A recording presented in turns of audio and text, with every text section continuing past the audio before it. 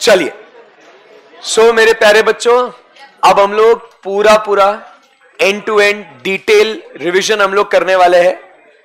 और वो रिवीजन जो है आप सबको पता है, आप सबका बहुत ही फेवरेट सा चैप्टर है, चैप्टर नंबर 3। करेक्ट है, काफी छोटा सा चैप्टर है, तो इसको पूरा हम लोग आज क्या करने वाले हैं, एंड टू एंड पूरा रिवाइज करने वाले हैं, राइट। और ये जो चैप्टर है इसमें ऑटोमेटेड एनवायरनमेंट का पार्ट है, वो नहीं होगा हमारा क्योंकि हमने अभी तक पढ़ा नहीं है उसको छोड़ के, ऑटोमेटेड एनवायरनमेंट वाला पार्ट छोड़ के जितना भी पूरा एंड टू एंड हम लोग पढ़ने वाले हैं, that is SA number 315, SA number 330, right. इन सबको मिला के बीच में एक एसे 320 भी आता है, तो वो सब चीजें हम लोग इस पर्टिकुलर चैप्टर में हम लोग रिवाइज करेंगे।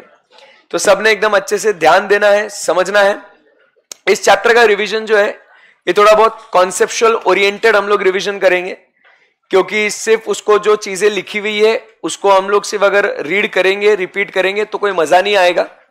ये इस तरीके से रिवीजन हो रहा है कि जैसे आप जब फ्यूचर में आपको ये चैप्टर को रिवाइज करना है और आप अगर कोई पर्टिकुलर कॉन्सेप्ट भूल चुके हो तो आपको वो रिकॉल करने में ये पर्टिकुलर कैप्सूल आपको काम में आए, और हो सकता है आप अभी ये फ्यूचर में देख भी रहे हो, ठीक है ना।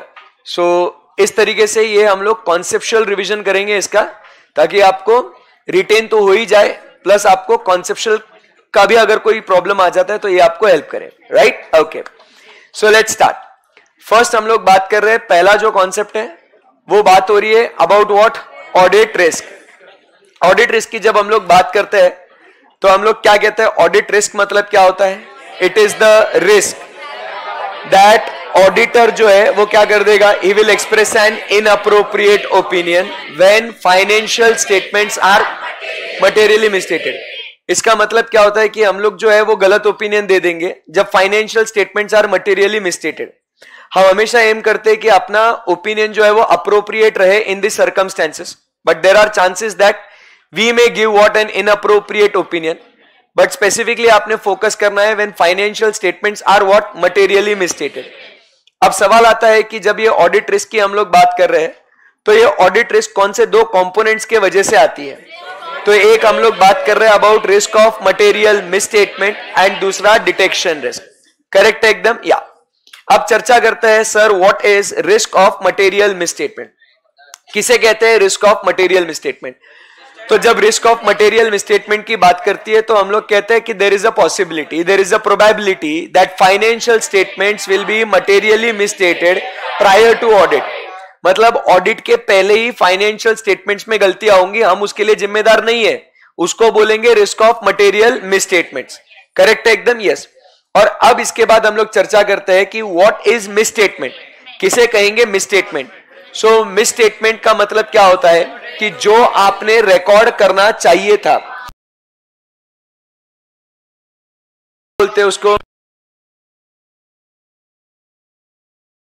जो भी है, तो वो सारे अमाउंट डिस्क्लोजर्स जो भी है, तो वो क्या आपने रिकॉर्ड करने चाहिए थे वर्सेस आपने उसे क्या रिकॉर्ड किया है। करेक्ट है एकदम।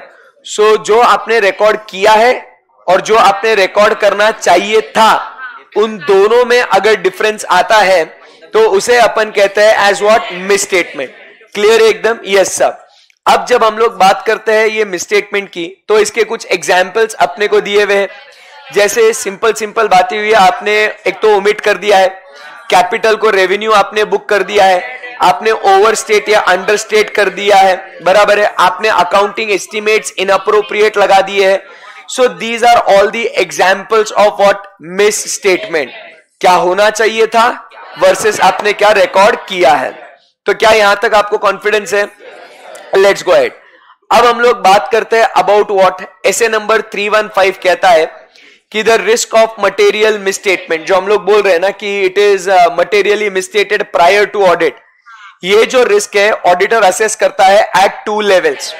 वो 2 लेवल कौन सी है, एक ओवरऑल फाइनेंशियल स्टेटमेंट लेवल, अच्छा लग रहा है अभी, yes, at overall financial statement level and assertion level. अब जब हम लोग ओवरऑल फाइनेंशियल स्टेटमेंट लेवल की बात करते हैं तो वो क्या कहता है, The risk at overall financial statement level refers to the risk that pervasively affects the financial statements as a whole and potentially affects many assertion. मतलब वो रिस्क ऐसी है जिसके वजह से आपके पूरे फाइनेंशियल स्टेटमेंट्स क्या हो सकते हैं, अफेक्ट हो सकते हैं. जैसे अपन कहते हैं कि इनएक्सपीरियंस मैनेजमेंट हो सकता है, या मैनेजमेंट की इंटीग्रिटी पे प्रॉब्लम हो सकता है. रिसेंटली आपने किसी के साथ मर्जर या एक्विजिशन किया हो सकता है. तो वो जो रिस्क है ना भैया, उसको अपन कहते हैं कि it is what the risk eight overall financial statement level. इसमें कोई एक आध दो एग्जिस्टेंस वैल्यूएशन ऐसा कोई असर्शन अफेक्ट नहीं होगा, बजेगी तो पूरे फाइनेंशियल स्टेटमेंट्स की बजेगी. क्या ये बात आपको समझ में आई? और दूसरा अब अपन बात करेंगे किसके बारे में, रिस्क एट असर्शन लेवल. अब why the risk at assertion level? So आप देखोगे तो risk at assertion level, why the auditor assesses the risk at assertion level? To determine the nature, timing and extent of further audit procedures. तो आप वो risk at assertion level जब आप देखोगे तो उस असर्शन लेवल के रिस्क को मद्देनजर रखते हुए आप क्या करेंगे, you will determine the nature, timing and extent of further audit procedure. और इससे क्या होगा, you will obtain what, audit evidence. लिखा है क्या आपको? Yes sir. So you will obtain what, sufficient and appropriate audit evidence that will enable you to reduce the audit risk to an acceptably low level. आया क्या बात समझ में? तो why do we assess the risk at assertion level? So that we can perform further audit procedure. Further audit procedure आपको अब पता है क्या? आगे अगर थोड़ा मैं जाऊं और मैं आपको ऐसे पूछ सकता हूं कि further audit procedures में कौन सी प्रोसीजर्स आती है, तो आप क्या बोलोगे? सर उसमें पहले हम लोग कंट्रोल्स को टेस्ट करेंगे, फिर उसके बाद हम लोग क्या करेंगे, सब्सटैंटिव प्रोसीजर्स करेंगे, सब्सटैंटिव प्रोसीजर्स में टेस्ट ऑफ डिटेल्स करेंगे, एनालिटिकल प्रोसीजर्स करेंगे, टेस्ट ऑफ डिटेल्स में टेस्ट ऑफ ट्रांजैक्शंस करेंगे, टेस्ट ऑफ बैलेंसेस करेंगे. ये सारी हरकत करके हम लोग क्या करेंगे, ऑडिट एविडेंस ऑब्टेन करेंगे, सो दैट हमारा ऑडिट रिस्क रहेगा at an acceptably low level. समझ में आया? So why do we assess the risk at financial statement level and assertion level? ये बात तो सही है. अब आगे बढ़ते हैं. Next we talk about is the components of risk of material misstatement. Risk of material misstatement तो समझ में आ गया कि it will be materially misstated prior to audit. But अब क्या कहता है कि इसका जो कंपोनेंट है ये क्या चीजों से बना गया है, इसके बारे में हम लोग जरा बातचीत करते हैं. सो अपन क्या बोलते हैं, रिस्क ऑफ मटेरियल मिसस्टेटमेंट जो है इसके दो कंपोनेंट्स है, एक inherent risk and control risk. बेटा ये दोनों जो रिस्क है ये किसके बच्चे हैं, ये एंटिटी के बच्चे हैं. ये मतलब एंटिटीज रिस्क है. इसको ऑडिटर बिल्कुल भी इन्फ्लुएंस नहीं कर सकता है. ऑडिटर सिर्फ क्या करता है, इसको आइडेंटिफाई और असेस करता है. तो इसीलिए ये जो है it is independent of what, audit. बराबर आप ऑडिट करो या ना करो, this risk will always be there. That is what we said earlier कि it is a misstatement that is going to exist prior to audit. Clear है एकदम? Yes sir. अब चलो बच्चों आगे बढ़ते हैं. नेक्स्ट अभी अपने को समझ में आ गया कि रिस्क ऑफ मटेरियल मिसस्टेटमेंट के दो बच्चे हैं. तो अभी उस एक एक बच्चे को आराम से प्यार से इत्मीनान से स्टडी करते हैं. पहला हम लोग बात करते हैं about what, inherent risk. Inherent risk की अगर बात करें तो इसका डेफिनेशन बोलेंगे पहले. सो क्या कहता है, देयर इज अ ससेप्टेबिलिटी. क्या चीज का, that an assertion about a class of transaction, account balance or disclosure to a misstatement that could be material either individually or when aggregated with other misstatements before considering internal controls. मतलब related internal controls के पहले क्या क्या गलतियां हो सकती है.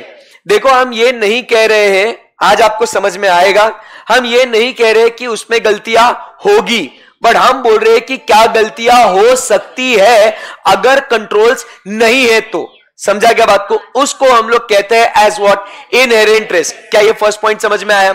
अब सेकंड पॉइंट क्या कहता है कि एज एन ऑडिटर हमने क्या करना चाहिए, हमने ये इनहेरेंट रिस्क के जो फैक्टर्स है वो हमने कंसीडर करने चाहिए to design what, the test of controls and substantive procedures. You all know that test of controls and substantive procedures are a part of further audit procedure. Further audit procedure किस basis पे design करते हैं? Based on the risk at assertion level. Assertion level की risk कौन सी है? Inherent risk है, risk of material misstatement है. सो इसीलिए we need to consider the factors that causes risk of material misstatement. उसमें एक पार्ट कौन सा है? Inherent risk. So we consider the inherent risk factors so that we can design what? The test of controls and substantive procedures. अब ये जो भी हम लोग असेसमेंट कर रहे हैं, इट इज व्हाट जो ऑडिटर करने वाला है इसको. ये जो भी असेसमेंट ऑफ रिस्क है, रिस्क कम है या ज्यादा, ये कौन करने वाला है? ऑडिटर. तो क्या बोलते हैं अपन कि the category of auditor's assessment मैं डिसाइड करेगा. इट कैन बी लोअर और हायर. मैं असेस करूंगा एंड आई विल डिसाइड ना कि whether for some assertion the risk will be what? lower, for some may be what? higher. So category of auditors assessment of risk may be lower or higher, बराबर, for some. तो each category covers what? different range of inherent risk, बराबर है क्या नहीं? But किसी एक ही इसमें inherent risk में भी फॉर इन एक कैटेगरी में इनहेरेंट रिस्क क्या हो सकता है? हायर हो सकता है या लोअर हो सकता है, but overall it can be lower. तो ये मेरे को देखने का है. It is the auditors assessment of what? Risk, and it has got what? Different categories. क्या ये पॉइंट समझ में आया? अब थर्ड पॉइंट क्या कहता है कि इनहेरेंट रिस्क के रीजंस भी अपने को कंसीडर करने चाहिए to design what? Test of controls and substantive procedures. अब लास्ट पॉइंट इसके अंदर क्या कहता है कि auditor need to consider what? The external circumstances that influences the business, that creates what? क्या लिखा? gives rise to business risk, which in turn influences what? the inherent risk. मतलब कुछ बिजनेस के बाहर कुछ एक्सटर्नल सर्कमस्टेंसेस होंगे, जैसे कि टेक्नोलॉजी क्या बोलते हैं? एडवांसमेंट हो चुका है, तो जिसके वजह से क्या होता है? बिजनेस रिस्क की अपनी एग्जिस्टिंग जो इन्वेंट्री है या कुछ भी है वो ऑब्सोलीट हो रही है, एंड उसका इनहेरेंट रिस्क क्या है? We may continue to carry that obsolete stock in our inventory. That is the inherent risk. Correct एकदम. So there are external circumstances giving rise to business risk which in turn influences inherent risk. तो ये अपने को overall inherent risk के बारे में अपने को समझने का है. क्या ये बात आपको समझ में आ गई? इसके एग्जांपल्स अपने लिख देने का है कि अगर कॉम्प्लेक्स ट्रांजैक्शंस है, अनयूजुअल ट्रांजैक्शंस है, नॉन रूटीन ट्रांजैक्शंस है, so these may give rise to what? The inherent risk. Clear है एकदम? क्या यहां से हम लोग आगे बढ़ सकते हैं क्या? तो यहां पे अपने को बड़े आराम से समझ में आता है व्हाट इज इनहेरेंट रिस्क.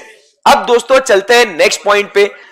बात होती है किसके बारे में? कंट्रोल रिस्क के बारे में. अब कंट्रोल रिस्क मतलब क्या कहते हैं? The misstatement that either individually और when aggregated with other misstatements will not be prevented, detected और corrected by whom? the entity's internal control on timely basis. Control risk मतलब क्या है कि भाई आपके ऑर्गेनाइजेशन में जो हमने इनहेरेंट रिस्क सोचा था ना कि ये गलतियां होंगी, but before related internal controls, but अब आपने कंट्रोल्स लगाए बट वो कंट्रोल्स नाकामयाब निकले, वो कंट्रोल्स वाहियात निकले. उन कंट्रोल्स में वो बात नहीं है कि वो आपके क्या चीज को? रिस्क्स को, मिसस्टेटमेंट्स को प्रिवेंट करे, डिटेक्ट करे या करेक्ट करे on timely basis. That risk arise because of what? Controls. This risk is called as what? Control risk. समझ में आ रहा है क्या? आप ध्यान में रखना, ये सिर्फ सुनना नहीं है, इसको एक्सपीरियंस करना है, इसको समझना है कि हमें अब ओवरऑल कॉन्सेप्ट्स का आइडिया है. इसीलिए ये रिवीजन चल रहा है ताकि आपको जितना भी कंटेंट हमने पढ़ा है उसका एक बेटर अंडरस्टैंडिंग मिले. And once you have the better understanding, retention is a piece of cake guys. समझ में आ रहा है? तो अपने को ओवरऑल अंडरस्टैंडिंग के लिए ये काम चल रहा है. समझ में आया? ओके. अब यहां से आगे बढ़ते हैं कंट्रोल रिस्क के बारे में. तो समझ लिया. इसको अलग तरीके से क्या बोल रहे हैं यहां पे कि द फाइनेंशियल स्टेटमेंट्स में है what? Material misstatements, and the controls will not be sufficient enough, बराबर, और efficient enough to stop, correct, stop, find और क्या बोलते हैं उसको? रेक्टिफाई. उसी के अलग अलग वर्ड्स बोले, स्टॉप, फाइंड और rectify a material misstatements in the financial statements. So that is what is control risk we are talking about. अब इसके बाद आगे चलते हैं और नेक्स्ट पॉइंट अपन क्या बोलते हैं कि यहां पे रिलेशनशिप है between what controls and control risk. बेटा मुझे बता, अगर कंट्रोल्स अगर अच्छे बहुत सुपर है तो इसका मतलब कंट्रोल रिस्क क्या होगी? कम होगी। मतलब कंट्रोल्स अगर अच्छे हैं तो कंट्रोल्स गलतियां ढूंढ सकते हैं ना, कंट्रोल्स प्रिवेंट कर सकते हैं ना, कंट्रोल्स रेक्टिफाई कर सकते हैं ना, बोलो आया ना? तो इसका मतलब कंट्रोल रिस्क क्या हो गई?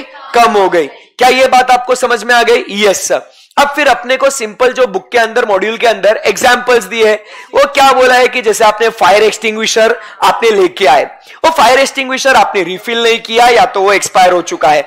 आप कैश सिस्टम जो है, आपका कैश जो है आप डेली अकाउंट्स में, मतलब क्या बोलते हैं, बैंक अकाउंट्स में आप जमा कर रहे हो, बट अगर वो आपने फॉलो नहीं किया, इट्स अ कंट्रोल रिस्क। या तो आपने इंप्रेस सिस्टम, पेटी कैश सिस्टम फॉलो कर रहे हो, उसको भी आपने फॉलो नहीं किया, तो it is an example of what? Control risk. As simple as that. क्या हम लोग आगे बढ़ सकते हैं यहां से?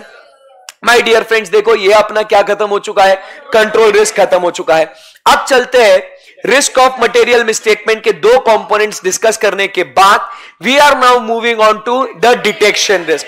अब डिटेक्शन रिस्क क्या कहता है कि द ऑडिटर जो है ये क्या परफॉर्म करता है? ऑडिट प्रोसीजर्स करता है। बोलो आया ना? So the audit procedures performed by the auditor बराबर to reduce the audit risk to an acceptably low level। अब मैं एक बात पूछना चाहता हूं, यहां पे जो लिखा है the audit procedures performed by the auditor, now which procedures the auditor is going to perform? Risk assessment procedure and further audit procedure। Now you know what comes in the further audit procedure। So total में जो procedures perform करने वाला हूं, RAP, FAP and other planned procedures as required by the SS। कुछ अच्छा लग रहा है क्या? राइट? तो ये जो मैं प्रोसीजर्स परफॉर्म करने वाला हूं, तो इसमें क्या होने वाला है? ये procedures will not detect a material misstatements when it so exist. बराबर, वो डिटेक्ट नहीं करेगा जब वो मटेरियल मिसस्टेटमेंट है, बट मेरी प्रोसीजर्स क्या हो जाएगी? नाकामयाब रहेगी, मैं उन मटेरियल मिसस्टेटमेंट्स को ढूंढ लूं। फिर इसी को एग्जाम्पल के थ्रू बताया, the auditor perform certain procedures बराबर and will not be able to detect a misstatement when it so exist. ऐसे लिखा उसको, बोलो यस और नो। तो वो एग्जाम्पल काफी मतलब वही चीज को लिखा हुआ है। आगे बढ़ सकते हैं यहां से। अब सवाल यह आता है कि सर हमें यह जानना है कि आखिरकार यार ऑडिटर है सर, बट उससे वो डिटेक्शन क्यों नहीं हो पा रहा है सर? What's the reason? तो बेटा द रीजन इज व्हाट? इसके कंपोनेंट्स की बात करेंगे। अब किसकी बात करेंगे अपन? The components of what? The detection risk. किसकी बात करेंगे? डिटेक्शन रिस्क के कंपोनेंट्स। दो बच्चे उसके कौन से? एक सैंपलिंग कर रहे हो और एक सैंपलिंग के अलावा नॉन सैंपलिंग। अब सैंपलिंग मतलब क्या हो गया भाई? कि अब सैंपलिंग रिस्क मतलब क्या होता है कि आप जो कंक्लूजन दे रहे हो बराबर based on what? Sample. This conclusion based on sample will be different if the entire population was subject to same audit procedure. मतलब आपको आप ऑडिट प्रोसीजर सेम कर रहे हैं बराबर के नहीं, बट आपका ओपिनियन अलग अलग आ रहा है जस्ट बिकॉज आपने सैंपल के बेसिस पे एक ओपिनियन दिया। अगर तू पूरा करता तो और मिसस्टेटमेंट्स डिटेक्ट कर पाता, ऐसा होता। So that is the number one reason, that is sampling risk. And दूसरा पॉइंट क्या बोलते हैं? अदर देन सैंपलिंग जो होगा उसको क्या बोलेंगे अपन? Non sampling. अब इसके एग्जांपल, आपने इनअप्रोप्रिएट सैंपल सिलेक्ट किया या आपने इनअप्रोप्रिएट प्रोसीजर्स फॉलो कर ली, बराबर है कि नहीं? तो इस वजह से क्या हो सकता है? आपकी डिटेक्शन रिस्क आ सकती है। तो ऐसे आपको इस समय पे जब आप ये वीडियो घर पे देख रहे हो तो फटाफट आपने इस एग्जाम्पल को पढ़ना है, सिर्फ सुन के आपने खत्म नहीं करना है, ये एग्जाम्पल को आपने देखना है। क्या लिखा हुआ है उस एग्जाम्पल में कि sizeable work in progress inventories, तो आपने क्या करना चाहिए था? Are expected in the financial statements, the auditor does not devote, क्या लिखा है? Auditor does not devote time in attending the inventory count. अरे जाके तुमने देखना चाहिए था ना, पर्टिकुलर पॉइंट ऑफ टाइम, उस समय पे जाके देखना चाहिए था, उस टाइम पे, but you did not go, बराबर है कि नहीं? तो फिर क्या हो जाएगा? इसके वजह से आपका जो है मिसस्टेटमेंट्स आप डिटेक्ट नहीं कर पा रहे हो, that is the detection risk. समझा क्या बात को? अब क्लैरिटी मिल रहा है। नेक्स्ट पॉइंट अपन क्या बोलते हैं? The auditor of the company has audited the revenue by taking the sample, बराबर के नहीं? However there is a risk that sample revenue is not represented बराबर ऑफ ओवरऑल रेवेन्यू। जो आपने सैंपल सिलेक्ट किया है it is not representative of the overall, तो वो भी आपने गलत सैंपल चुना, तो वो चीजों को ध्यान में रखते हुए आप डिटेक्शन नहीं कर पा रहे हो, that is called as what, detection risk. क्या ये बात समझ में आई आपको? Yes sir. एंड लास्ट में अपन जब डिटेक्शन रिस्क को कंक्लूड करना चाहते हैं तो इस समय पे अपन क्या कहते हैं कि देखिए ये जो है ऑडिटर के हाथ में है ये risk, auditor can influence the risk. So अगर वो ज्यादा चेकिंग करेगा तो डिटेक्शन रिस्क कम हो जाएगा एंड ओवरऑल ऑडिट रिस्क जो है ये भी अपनी कम हो जाएगी। तो यहां पे दोस्तों हमने 3 कंपोनेंट्स जो है control risk, inherent risk and detection risk, इसको स्टडी कर लिया। अब यहां से आगे बढ़ते हैं, मुझे बताइए इसके अंदर कौन सी रिस्क शामिल नहीं होती है? जाहिर सी बात है नंबर 1 बिजनेस रिस्क यहां पे शामिल नहीं होगी। मतलब जैसे अगर वो इंसॉल्वेंट होता है, उसके अगेंस्ट कोई लिटिगेशन अगर है, एडवर्स पब्लिसिटी, उसकी नेगेटिव पब्लिसिटी हो रही है, तो ये सारी बातें जो है दोस्तों ये उसके ऑडिट रिस्क में नहीं आती है, इसे हम लोग बिजनेस रिस्क कहेंगे। इसी के साथ साथ और एक पॉइंट आता है, when financial statements are not materially misstated and when he expresses an inappropriate opinion, तो ये भी चीज आपके क्या बोलते हैं उसको, ऑडिट रिस्क में नहीं आती है। चलिए अब यहां पे बात करेंगे, एकदम सिंपल सा पॉइंट है ये जो रिस्क को असेस करना है, it is a matter of auditor's professional judgement and इसके लिए ऑडिटर ने क्या अपना ट्रेनिंग, एक्सपीरियंस, प्रोफेशनल नॉलेज, इसके बेसिस पे उसने रिस्क को असेस करना चाहिए। अब यहां से आगे बढ़ते हैं, यहां तक इजी है क्या? एकदम बिल्कुल आसान लग रहा है? यस। अब बच्चों बात करेंगे कि एसएस की और ऑडिटर की बात करें and risk of material misstatement की बात करें तो स्टैंडर्ड्स ऑन ऑडिटिंग जो है ये कंबाइंड असेसमेंट करते हैं of inherent risk and control risk, but if the auditor wants he can do either individually और अ कंबाइंड असेसमेंट। क्लियर है एकदम? ये जो असेसमेंट होगा ये कैसे होगा? इट विल बी क्वांटिटेटिव और क्वालिटेटिव। क्वांटिटेटिव मतलब अपन क्या बोलते हैं कि भाई कितने नंबर ऑफ आइटम्स में गलतियां है, कितने परसेंटेज में मिस्टेक्स है, तो वो उसको बोलते हैं अपन क्वांटिटेटिव। क्वालिटेटिव में अपन क्या बोलते हैं कि मैनेजमेंट का इंटीग्रिटी क्या है, उनका एक्सपीरियंस क्या रहा है, तो वो सारी बातें उसके हिसाब से हम लोग रिस्क को एक्सप्रेस करते हैं। आप सबको पता ही होगा कि ये क्वालिटेटिव अब क्यों करते हैं सर, अब इसके बारे में बात करेंगे। सो क्वालिटेटिव इसके लिए करते हैं मेरे प्यारे बच्चों क्योंकि इससे हम लोग को ओवरऑल फाइनेंशियल स्टेटमेंट का रिस्क पता चल सकता है। समझ में आया? तो इसीलिए क्वांटिटेटिव होता है और एक क्वालिटेटिव होता है। क्लियर है एकदम? Yes sir. अब फिर एकदम सिंपल है, फॉर्मूला बना देते हैं। Audit risk is equal to क्या बोलते हैं, रिस्क ऑफ मटेरियल मिसस्टेटमेंट बराबर है इनटू व्हाट, डिटेक्शन रिस्क। क्या बोलेंगे इसको? Risk of material misstatement and detection risk. Formula क्या बनता है उसका? Risk of material misstatement and detection risk. ROMM को ओपन कर दो, क्या हो जाएगा? IR into CR into DR। Very good. इसी के साथ हम अब आगे बढ़ सकते हैं और अब हम पूरी तरीके से तैयार है।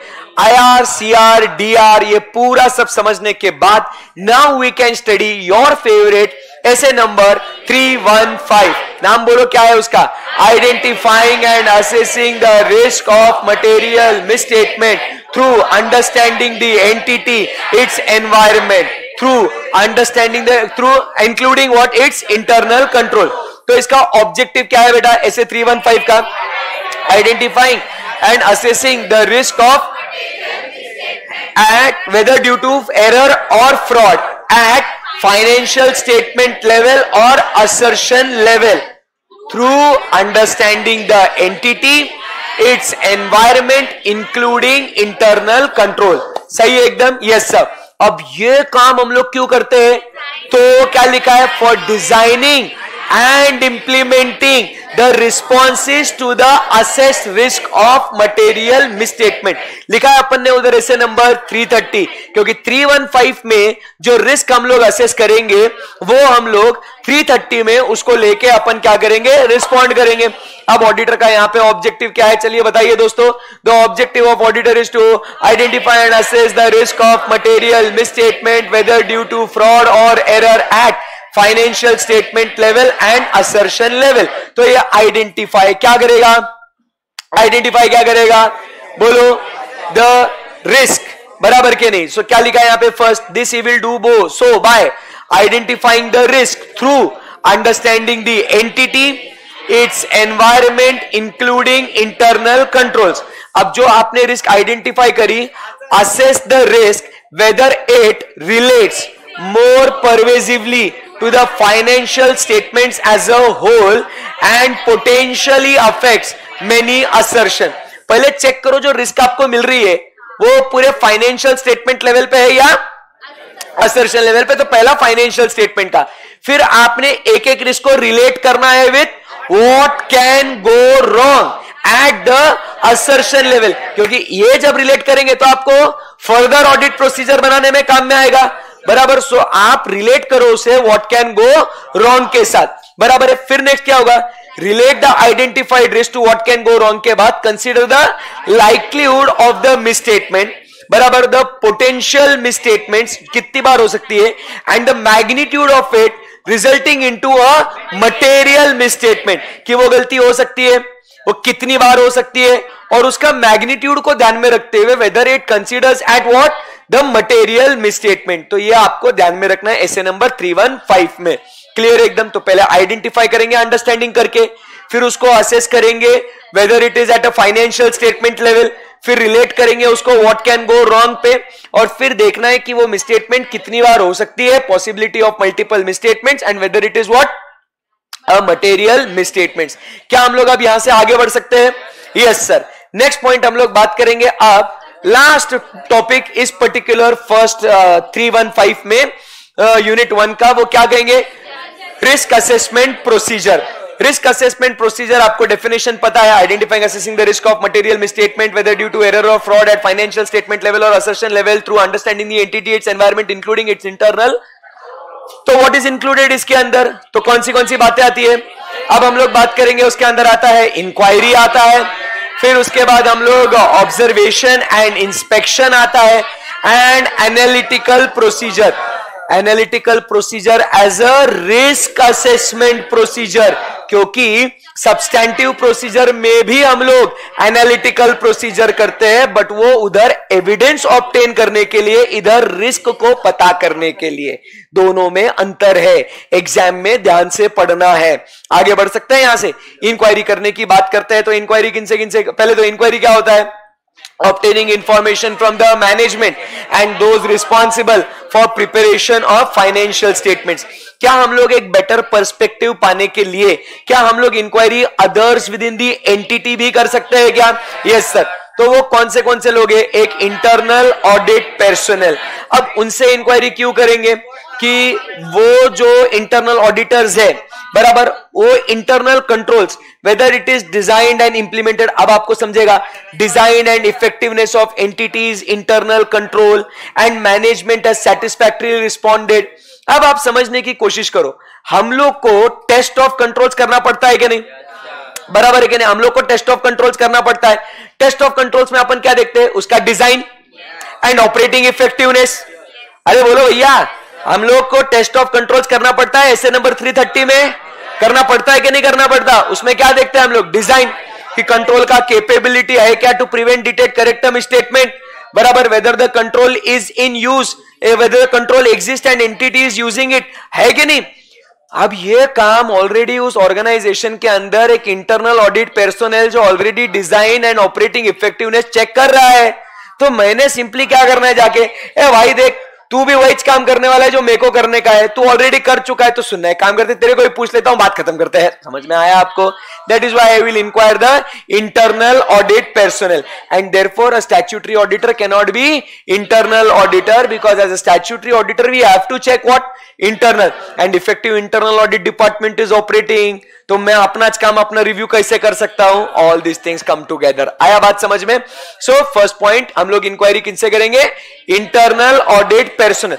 अब आपके दिमाग में एकदम क्लिक हो जाना चाहिए कि इससे क्यों इंक्वायरी करना है, क्योंकि डिजाइन और effectiveness and management has responded satisfactorily to the recommendations or the findings.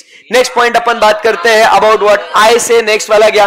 In-house legal counsel। तो भाई कौन से लॉस कंप्लाई करना है, पेंडिंग लिटिगेशन से, क्लेम से, बराबर, वो उन चीजों के लिए post sale obligation, arrangements, contracts, उन चीजों के बारे में हम लोग उनसे पूछताछ कर लेंगे, because they are affecting what the financial statements.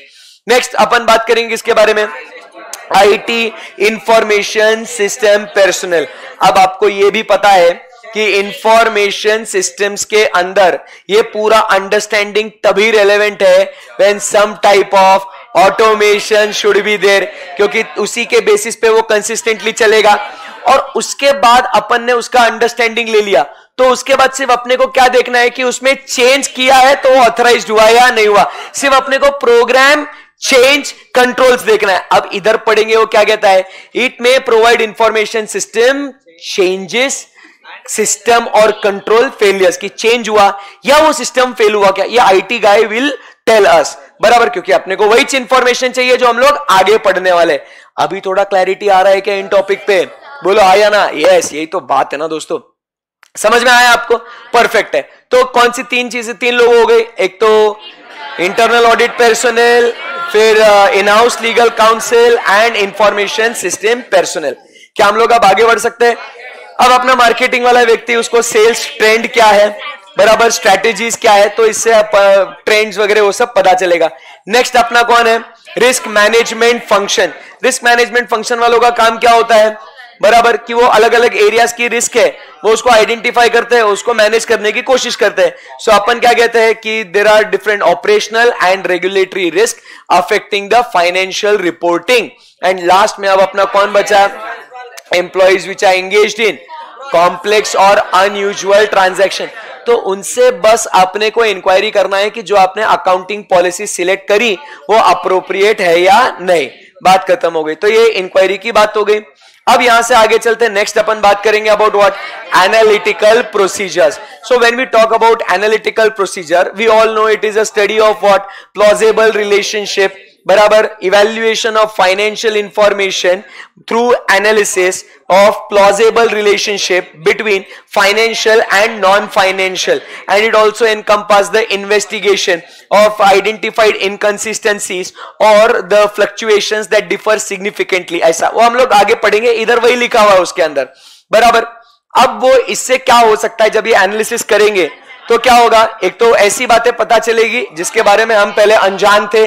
So auditor will by performing may identify the aspects of the entity which he was previously unaware, identify the aspects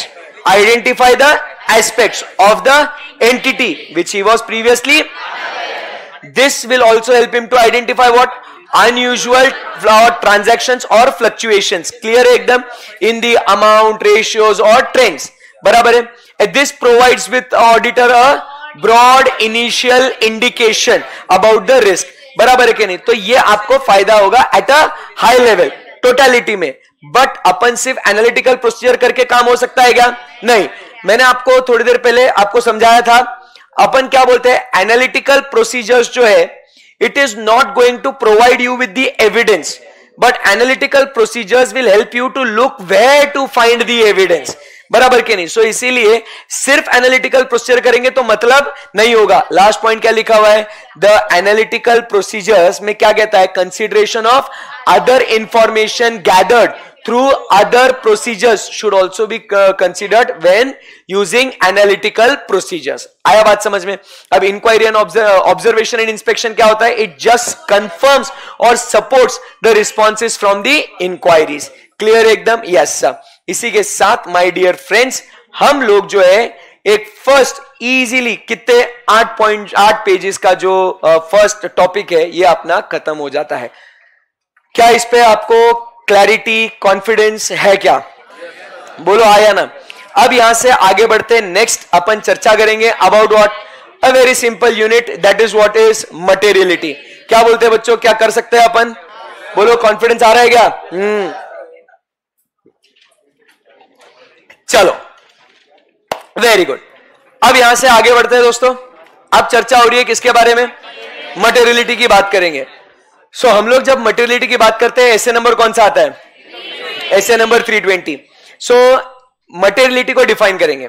सो क्या कहता है, मटेरियलिटी इज डिफाइंड एज, एक तो misstatement including omission will be considered material if either individually और when aggregated with other misstatements could reasonably be expected to influence the economic decisions of the users taken on the basis of, correct है एकदम, इसको अपन क्या बोलेंगे, materiality.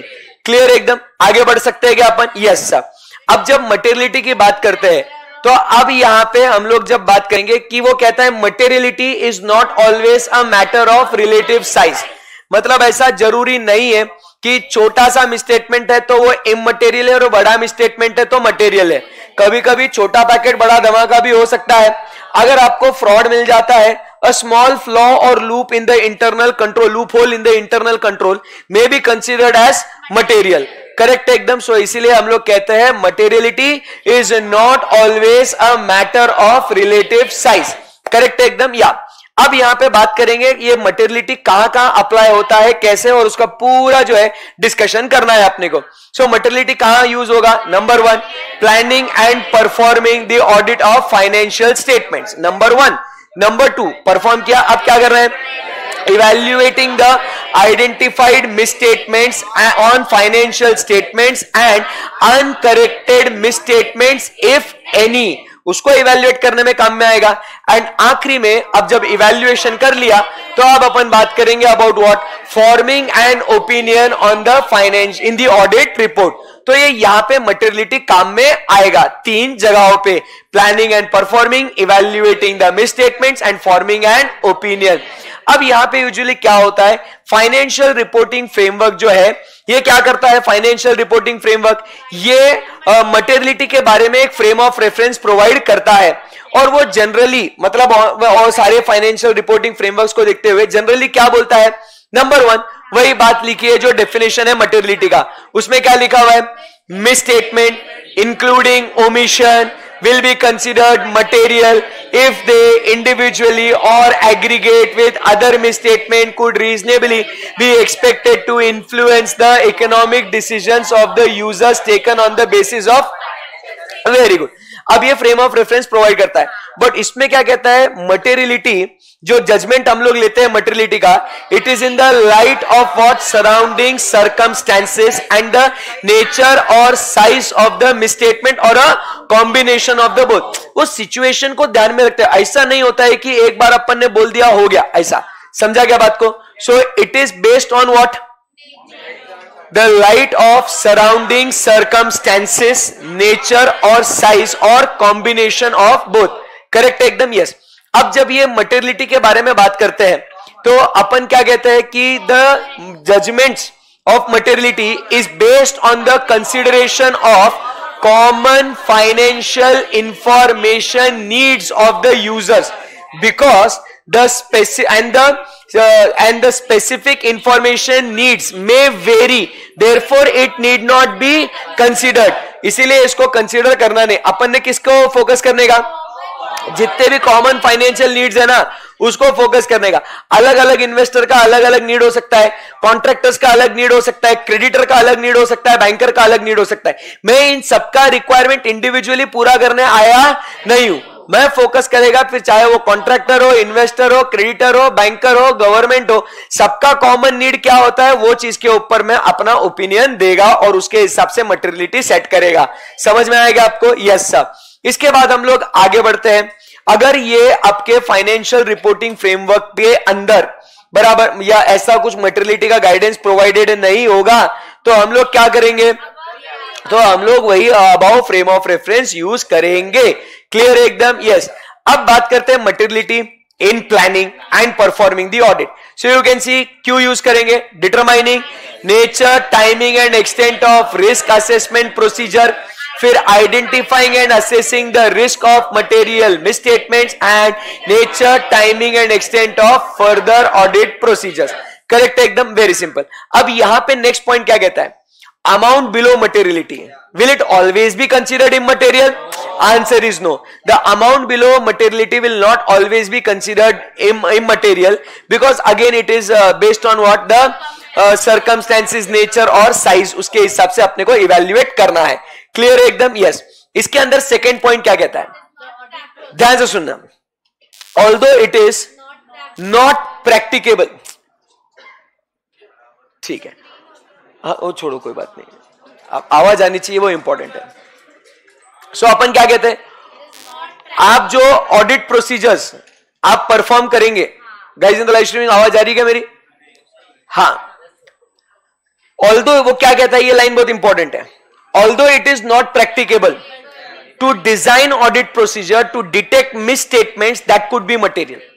मतलब देखो, आप materiality set कर लोगे, आप मटेरियलिटी सेट कर लोगे और उसके हिसाब से आप ऑडिट प्रोसीजर्स क्या करोगे, आप डिजाइन कर लोगे, but it is not possible, it is not possible कि आप उन ऑडिट प्रोसीजर से मिस स्टेटमेंट्स को ढूंढ लोगे which will be considered as material. Possibility है कि कुछ चीजें छूट जाए और वो अपने को पता भी नहीं ना कि वो मटेरियल है या नहीं है, क्योंकि मटेरियलिटी चेंज होते रहेगा, सर्कमस्टेंसेस, साइज, नेचर के हिसाब से materiality will keep on changing. So even though you design the audit procedure, बराबर, it is not possible that you will detect a misstatement that could be material. तो इसीलिए अपन क्या करते हैं, अगर अपने को कोई मिसस्टेटमेंट मिला तो हम उसे इवैल्यूएट करते हैं based on the circumstances, nature और साइज। क्योंकि मेरे को मिसस्टेटमेंट मिला, मेरे को मालूम नहीं वो मटेरियल है या नहीं, बराबर, या मटेरियलिटी सेट करके ऐसा प्रोसीजर करेगा कि मटेरियल मिसस्टेटमेंट ढूंढ के निकालने का, ऐसा पॉसिबिलिटी भी। इसीलिए हम लोग कोई भी मिसस्टेटमेंट मिला ना तो उसको, हर एक मिसस्टेटमेंट को अपन इवैल्यूएट करते हैं, बराबर है कि नहीं। तो ये अपना पॉइंट हो गया सेकंड। अब उसके बाद आगे बढ़ते हैं, फिर अपन क्या कहते हैं, जजमेंट अबाउट मटेरियलिटी, ये ऑडिटर डिसाइड करेगा, बेंचमार्क, उसमें अमाउंट क्या होना चाहिए एटसेट्रा। फिर इसके अंदर वो क्या कहता है, मटेरियलिटी स्टैट्यूटरी क्या बोलते हैं उसको, रिक्वायरमेंट के हिसाब से भी हम लोग मटेरियलिटी सेट करेंगे, and this will be based on what the impact on profit, the network, user कहां पे फोकस कर रहा है उसके हिसाब से। क्लियर एकदम? या अब यहां से आगे बढ़ते हैं और नेक्स्ट पॉइंट क्या कहता है, अगर अपने को मटेरियलिटी डिटरमाइन करना है, it is a matter of, yes, तो मटेरियलिटी जो डिटरमाइन करने वाला हूं, it is also a matter of auditor's professional judgement. Correct है नहीं एकदम? सो ये जब ऑडिटर मटेरियलिटी डिसाइड करता है, बराबर, इट इज द, क्या कहता है, it is the whose perspective, auditor's perspective of the financial information needs of the users. मेरा पर्सपेक्टिव है about what, the financial information needs of the users, उसके हिसाब से मैं मटेरियलिटी डिसाइड करता हूं। तो इस केस में मैं यूजर से क्या एक्सपेक्ट कर सकता हूं कि भाई देख, तुझे बिजनेस के बारे में नॉलेज है, अकाउंटिंग पॉलिसीज के बारे में नॉलेज है, और ये जो तू रीड और इंटरप्रेट करने वाला है, it is with what, diligence, तू केयरफुली ये करेगा। Point number 1। Number 2, you understand that financial statements are prepared, presented and audited based on materiality. तीसरा पॉइंट वो क्या कहता है, there will be inherent uncertainties, बराबर, for measurement, estimates, contingencies, ये रहेगा। एंड लास्ट में whatever decision you will take, reasonable economic decisions. So this is what we are assuming from you. क्या ये बात आपको समझ में आ गया? बहुत बढ़िया। अब यहां से आगे बढ़ते हैं। नेक्स्ट पॉइंट, अभी अपने को क्या सेट करना है, परफॉर्मेंस मटेरियलिटी। अब परफॉर्मेंस मटेरियलिटी मतलब क्या होगा, द अमाउंट और amounts set by the auditor eight less than materiality, इसको बोलेंगे परफॉर्मेंस मटेरियलिटी। सवाल आता है ऐसा क्यों कर रहा है सर वो, to reduce the probability that the aggregate of uncorrected and undetected misstatements exceeds the materiality। इस प्रोबेबिलिटी को हम लोग ने रिड्यूस करना है। क्या ये for the financial statement as a whole हो सकता है? Yes.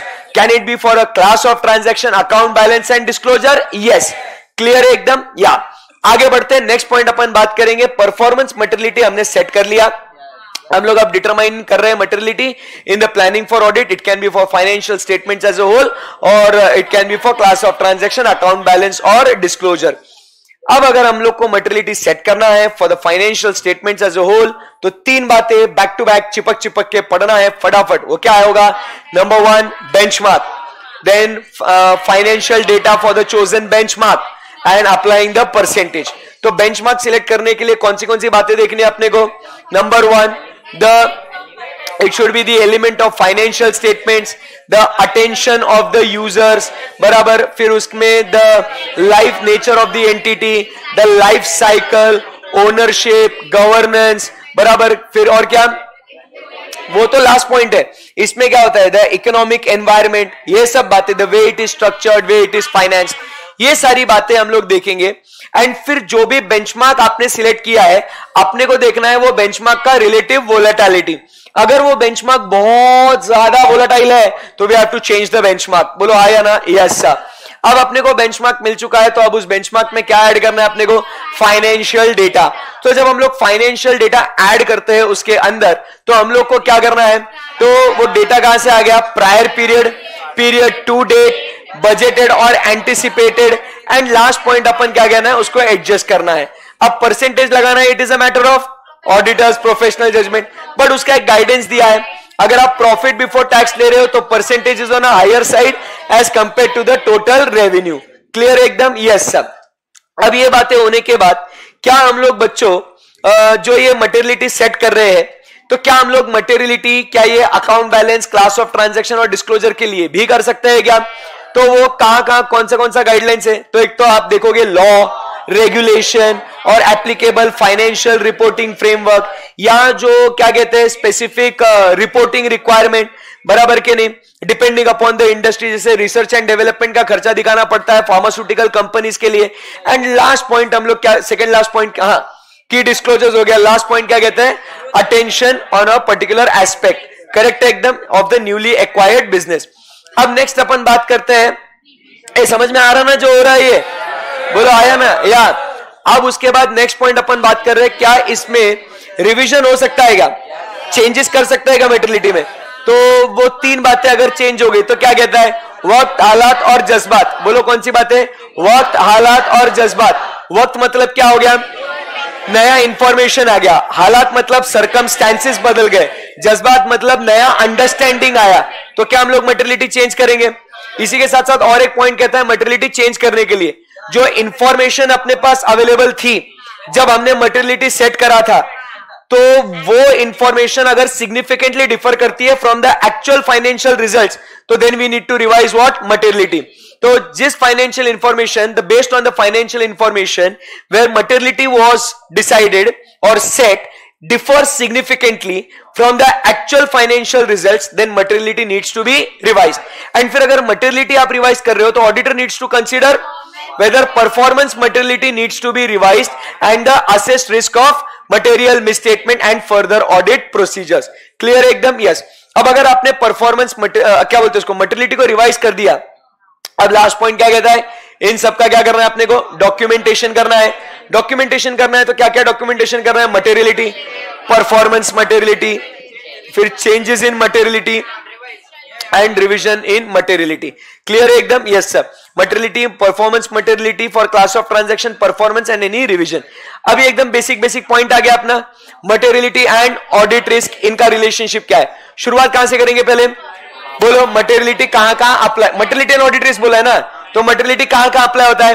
Planning and performing of audit of financial statements, evaluating the effect of unidentified misstatements on financial statements and uncorrected misstatements on audit, and forming an opinion.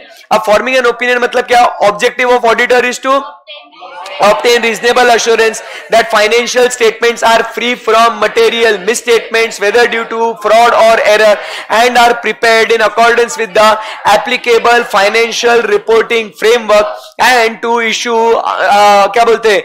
Report appropriate in the circumstances and auditors findings. फिर उसके बाद क्या next point क्या कहेंगे?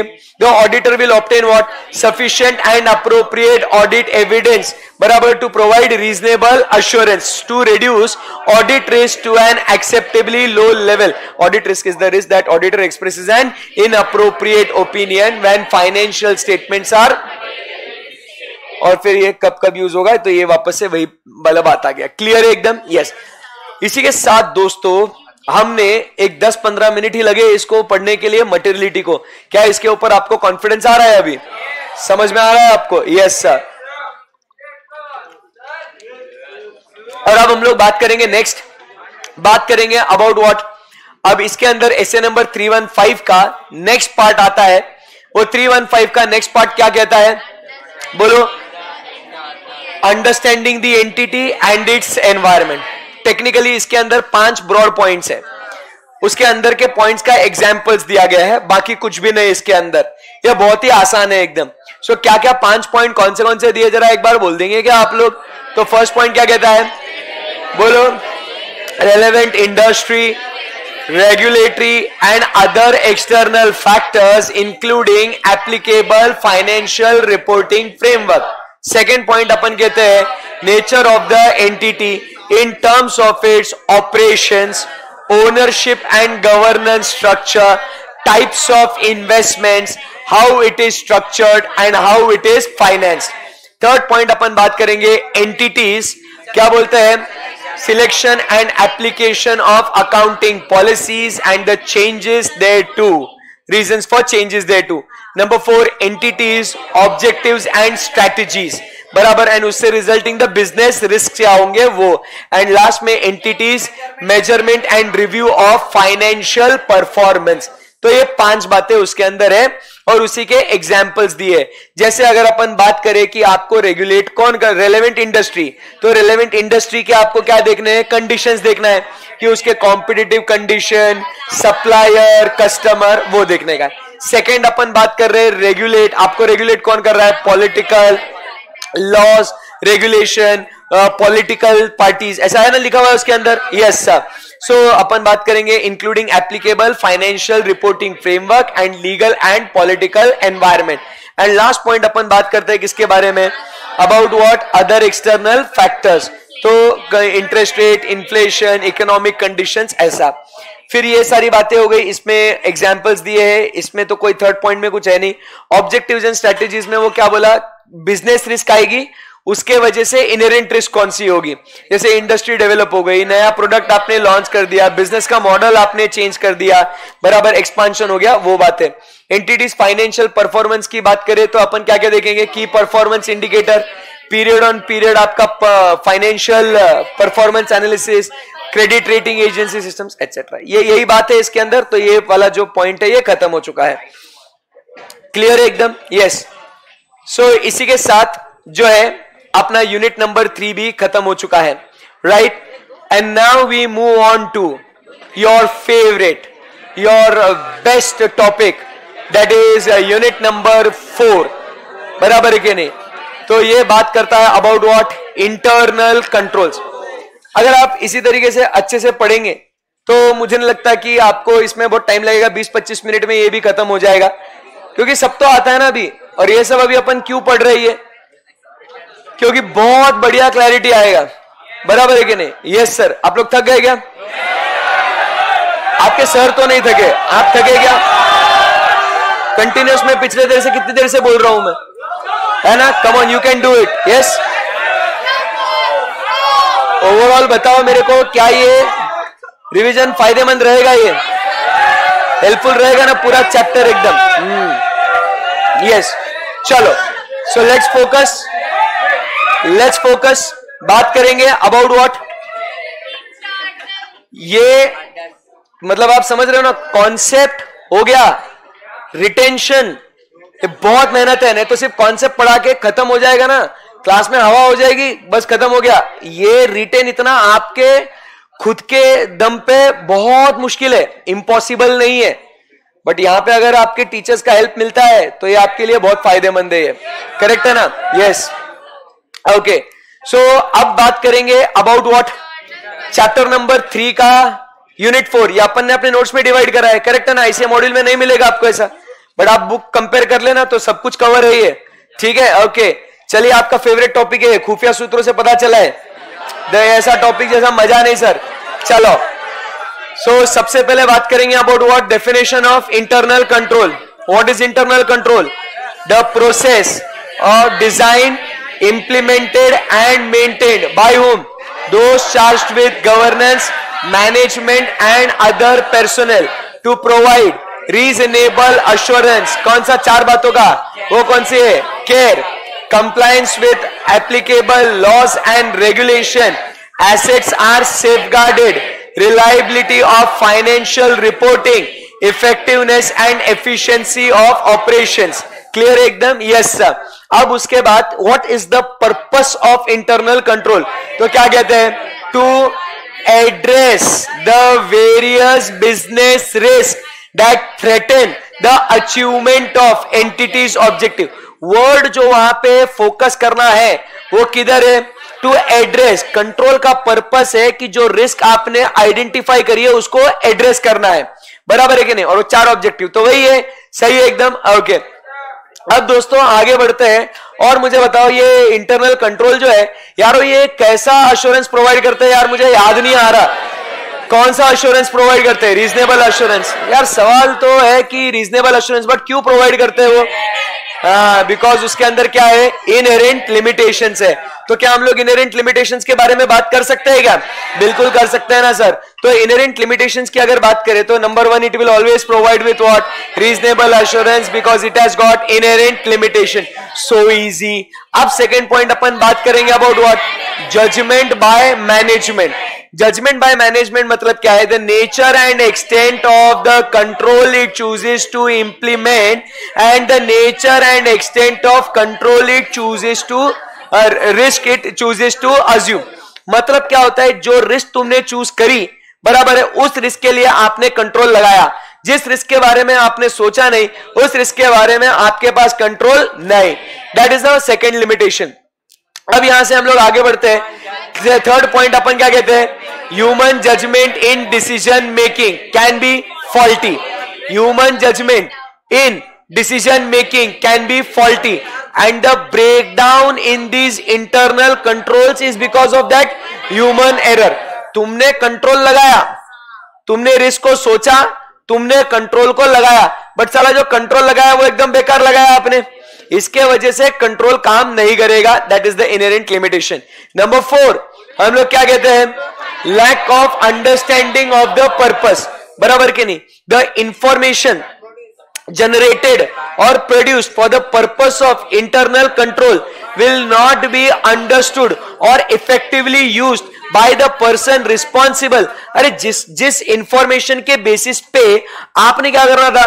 Control को implement करना था भाई, उस इंफॉर्मेशन का आपको समझ ही नहीं आया या आपने उसको बढ़िया तरीके से आपने उसको यूज ही नहीं करा, तो इस वजह से क्या हो जाएगा? उस वजह से इंटरनल कंट्रोल्स फेल हो जाएंगे। कितना आसान है? Yes sir. क्या हम लोग यहां से दोस्तों आगे बढ़ सकते हैं क्या? अरे बोलो भैया, क्या हम लोग आगे बढ़ सकते हैं क्या? बिल्कुल। उसके बाद हम लोग बात करेंगे second last point, collusion among employees और management overriding the internal controls. बस उसके 2 एग्जांपल लिख के आने कि जैसे नंबर 1 मैनेजमेंट ओवरराइड कर रहा है, मतलब क्या कर रहा है कि अगर जो क्रेडिट लिमिट सेट करे थे वो क्या कर रहा है? उसको वो ओवरराइड कर रहा है, बराबर है कि नहीं? एंड दूसरा entering into what? Side agreements that affecting the revenue recognition. Last point अपन क्या कहते हैं? In smaller entities segregation of duties is not possible in smaller entities, but वहां पे क्या होता है? There is a owner manager, तो इसीलिए controls are effective, but it is what? Less structure and the risk of material misstatement because of what? Fraud वहां पे हो सकता है। क्या ये बात आपको समझ में आ गई दोस्तों? बिल्कुल सही है। अब यहां से दोस्तों आगे बढ़ते हैं। अब हम लोग बात करें, चलो यार इंटरनल कंट्रोल्स में जो है ना इनहेरेंट लिमिटेशंस है, बट भले ही इनहेरेंट लिमिटेशन है बट फिर भी उसको समझना तो पड़ेगा, तो अंडरस्टैंडिंग ऑफ इंटरनल कंट्रोल्स करना पड़ेगा। सवाल यह आता है अगर अंडरस्टैंडिंग करेंगे तो उसका बेनिफिट क्या है? तो नंबर 1 पोटेंशियल मिसस्टेटमेंट्स, क्या गलतियां हो सकती है वो पता चलेगा। The inherent risk factors the factors that causes risk of material misstatement वो आइडेंटिफाई कर सकते हैं। एंड लास्ट में we will determine nature, timing and extent of further audit procedures। तो अगर ये ऐसा डिसाइड हो चुका है दोस्तों, तो अब हम लोग आगे बढ़ते हैं और चलिए बात करते हैं। आज तो कंट्रोल्स को समझ ही लेते हैं। Let's understand the controls. तो अगर कंट्रोल्स को समझना है तो कंट्रोल्स के 5 कंपोनेंट्स को स्टडी करना है। कितने कंपोनेंट्स को स्टडी करना है? 5 कंपोनेंट्स को। वो 5 कंपोनेंट्स कौन से हैं? सबसे पहले information systems including the related business processes relevant to financial reporting and communication.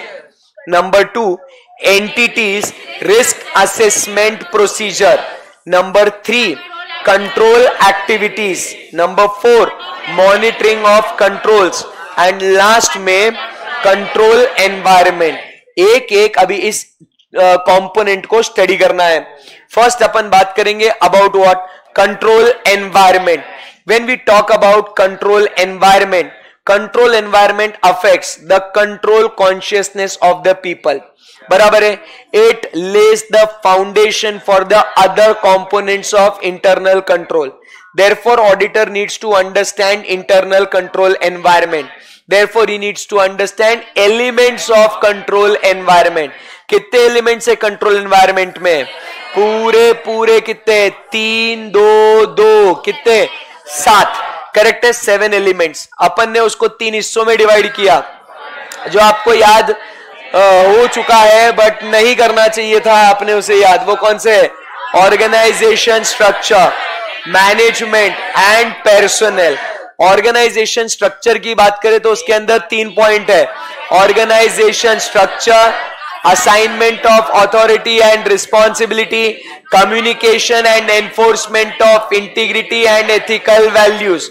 Management में बात करेंगे management philosophy and operating style, participation by those charged with governance. Personnel में 2 points, human resource policies and practices and commitment to competence. Very good बच्चों। अब organisational structure की बात करेंगे। What is organisational structure? तो organisational structure is the framework in which the entities activities to achieve the objectives are planned, executed, controlled and reviewed। बराबर है कि नहीं? फिर जब हम लोग ये स्ट्रक्चर की बात करते हैं तो we consider what, the key areas, बराबर, of what, authority and responsibility and appropriate lines of reporting, बराबर। और अपने को ये अप्रोप्रिएटनेस देखना है based on the size and nature of the economic activity. This is the first point. Second point पे आते हैं assignment of authority and responsibility. how the authorities and responsibilities are assigned and how the reporting relationships are established, and वही बात है, and authorization hierarchies are established. वही तो। अब next point अपन बात करेंगे about communication and enforcement of integrity and ethical values. उसमें क्या कहता है? इंटरनल कंट्रोल्स का effectiveness can not rise beyond the integrity and ethical values of the person who create, administer and monitor them। बराबर के नहीं? मतलब तुम्हारी इंटीग्रिटी और एथिकल वैल्यूज के ऊपर कोई इंटरनल कंट्रोल नहीं है भाई। तो ये जो इंटीग्रिटी एथिकल वैल्यूज है, it is a product of what, the entities, बराबर। क्या बोलते हैं उसको? Entities, integrity and ethical values, बराबर, and how they are what communicated and reinforced. ये उसका सब प्रोडक्ट है। करेक्ट है कि नहीं? एकदम। सो आप उसको कम्युनिकेट कैसे करेंगे उसको? So it will be communicated to the personal through what, policy manuals, बराबर, कोड ऑफ कंडक्ट्स और बाय एग्जाम्पल। और उसको रीइंफोर्स कैसे करेंगे? बाय एलिमिनेटिंग और मिटिगेटिंग द क्या बोलते हैं उसको, टेम्पटेशन और इंसेंटिव्स दैट क्या बोलते हो, एंगेज इनटू एथिकल, इलीगल और डिसऑनेस्ट एक्ट। करेक्ट है एकदम। वो अपन टेम्पटेशन क्या कर देंगे? उसको रिड्यूस कर देंगे। अब उसके बाद यहां से आगे बढ़ते हैं, और ये 3 पॉइंट हो गए अपने।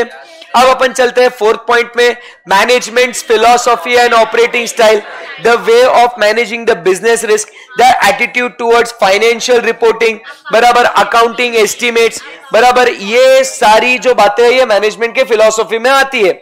अब पार्टिसिपेशन बाय दोस्त चार्ज्ड विद गवर्नेंस में अपन क्या बोल रहे हैं कि सर, एक तो उनका इंडिपेंडेंस ऑफ मैनेजमेंट, वो मैनेजमेंट से कनेक्टेड नहीं होने चाहिए।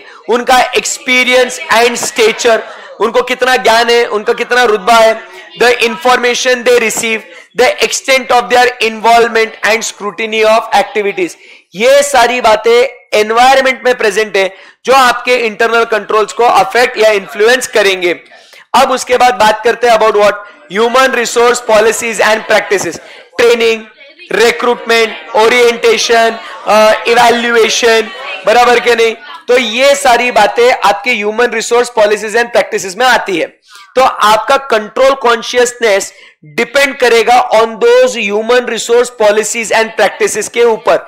जैसे उसमें फॉर एग्जांपल क्या आएगा कि आप कैसे रिक्रूट करते हो, आप उसका प्रायर बैकग्राउंड, एजुकेशनल बैकग्राउंड, बराबर, उसका एथिकल बिहेवियर, ये सारी बातें अगर आप देख रहे हो तो आपको देखना है।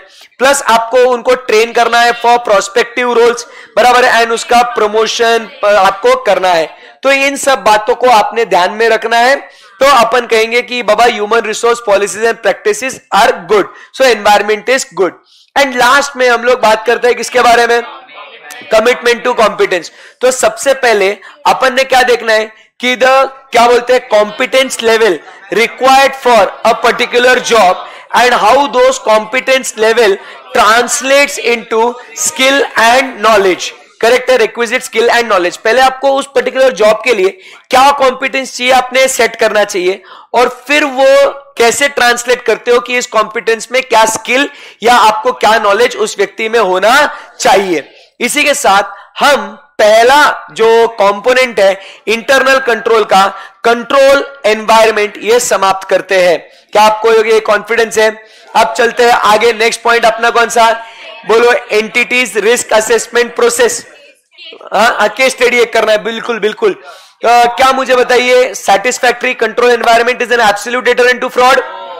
No, it is not an absolute deterrent to fraud, बराबर है। तो क्या कहते हैं, अगर internal control environment is satisfactory, so it is a positive factor, बराबर, that errors and frauds will be what, reduced.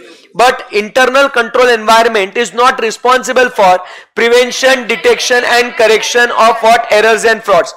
The क्या बोलते हैं उसको, if internal control environment is not good, it undermines the effectiveness of internal controls and increases the chances of risk of material misstatements, particularly due to fraud. But it is not an absolute deterrent to fraud. Clear एकदम? अब चलते हैं next point. Entities risk assessment procedure. Entities risk assessment procedure, we have to identify the business risk relevant to financial. आपको screen पे दिखाता हूं ना, आप रिवाइज कैसे कर रहे हो नहीं तो। ओके, किधर गया? Okay, so identify the business risk relevant to financial reporting, estimate its significance, assess the likelihood and take action to mitigate the risk. Clear एकदम? यस। अब आपका फेवरेट पॉइंट वापस से आ गया, ये तो वो क्या कहता है, information system including relevant business processes, related business process, relevant business processes relevant to financial reporting and communication. तो अपन ने क्या अंडरस्टैंडिंग लेना है, द क्लास ऑफ ट्रांजैक्शन, बराबर, relevant to financial reporting, how the procedure, how the transactions are initiated, recorded, processed, corrected if necessary, transferred to general ledger and reported in financial statements. तीसरा, अब क्या कहेंगे, the accounting records supporting information and specific account type. Number 3, how the information system captures those events or condition, the financial reporting process and control surrounding the journal entries. Information system को define करेंगे तो क्या बोलेंगे उसको, what is information system? Hardware, software, people, process, data. बोलो बेटा, hardware, software, people, process, data. और एक बार, hardware, software, people, process, data. So ये इसको कहते हैं इंफॉर्मेशन सिस्टम। अब इसको कम्युनिकेट करना है, कम्युनिकेट किसको करना है, financial roles and responsibility. Communicate किसको करना है, फाइनेंशियल रोल्स एंड रिस्पॉन्सिबिलिटी। इन बातों को अपन ने क्या करना है, कम्युनिकेट करना है। तो ये कम्युनिकेट कैसे करेंगे अपन, एक तो क्या है, policy statements, accounting and financial reporting manuals, बराबर के नहीं, एंड लास्ट में एंड मेमोरेंडा। तो ये अपना क्या बोलते हैं उसको, थर्ड कंपोनेंट खत्म हो चुका है, बराबर। अब वापस से ये तो और आपका फेवरेट है। अब बात करेंगे किसके बारे में, कंट्रोल एक्टिविटीज। किसके बारे में बात करेंगे, control activities. So what is this control activities? Control activities are the policies and procedures that ensure management directives are carried out. Correct है एकदम? Yes sir. इसको बोलते हैं अपन कंट्रोल एक्टिविटीज। तो अपन ने इन कंट्रोल एक्टिविटीज का अंडरस्टैंडिंग लेना है क्या? बोलो आया ना, यही है ना, बराबर। तो कंट्रोल एक्टिविटीज का अंडरस्टैंडिंग लेना है क्या? कौन से कंट्रोल एक्टिविटीज का अंडरस्टैंडिंग लेना है? The control activities which are relevant to audit, बराबर के नहीं? The auditor considers necessary to assess the risk of material misstatement. वही वापस से अपन क्या कह रहे हैं, अगर control activities we will understand, बराबर, relevant to audit for a significant class of transaction, account balance or disclosure or to a financial statements, barabar, as the auditor finds necessary for the risk assessment process. Clear है? control activities मतलब क्या? It is the policies and procedures which ensures management directives are carried out. अब ये दो type के होंगे, IT and manual, दो जगहों पे होंगे, organizational and functional, करेक्ट है एकदम। अब उसके एग्जांपल्स क्या है? उसके एग्जांपल SIP, SIPP, बोलो क्या है? SIP। S मतलब सेग्रीगेशन ऑफ ड्यूटीज, I मतलब information systems, information processing, P मतलब performance reviews and physical controls, correct है एकदम। नेक्स्ट आपका ये भी तो फेवरेट है, सभी तो फेवरेट है आपके यार। आप मॉनिटरिंग की बात करेंगे। मॉनिटरिंग मतलब क्या देखना है अपने को? that the entities is going to assess the effectiveness of controls, बराबर के नहीं? तो we are going to assess the effectiveness of controls on timely basis so that we can take what? remedial action। आपने एक एक line छुट्टा छुट्टा छुट्टा लिखना है हम क्लब कर करके। so we will assess the effectiveness of performance of the controls on timely basis so that we can take what? remedial actions, बराबर है कि नहीं? This can be done on what? बोलो, and whether it is क्या बोलते हैं, operating as intended। Next point क्या करना है अपने को कि this can be, monitoring can be done based on ongoing activities और separate evaluation। ongoing activities में अपन क्या बोलते हैं? it is a built into the normal recurring activities। separate evaluation कैसे करेंगे? बोलो, कस्टमर कंप्लेंट्स और रेगुलेटर्स फीडबैक्स, बराबर है। इसके बेसिस पे अपन क्या करेंगे? बोलो, मॉनिटरिंग करेंगे। यहां पे हमने क्या करा? कंट्रोल्स का अंडरस्टैंडिंग ले लिया। बोलो आया ना? Yes sir. अब अपन एक क्वेश्चन आता है, are all controls relevant to audit? No. तो इसमें कुछ अपने को गाइडलाइंस दिया गया है, खत्म होने गया। यही एक कंपोनेंट्स वाला पार्ट बड़ा था। अब आगे तो एकदम बहुत सिंपल है एकदम, ये अभी यूं खत्म हो जाएगा। देखो, बोलो, are all controls relevant to audit? No, it depends upon what? Auditors professional judgment. तो जजमेंट लगाने के लिए अपन क्या क्या देखेंगे? सबसे पहले साइज ऑफ द एंटिटी।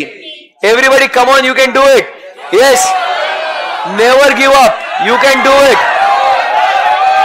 यही दिन बाद में याद आएंगे जब रिजल्ट आपका पास हो जाएगा ना।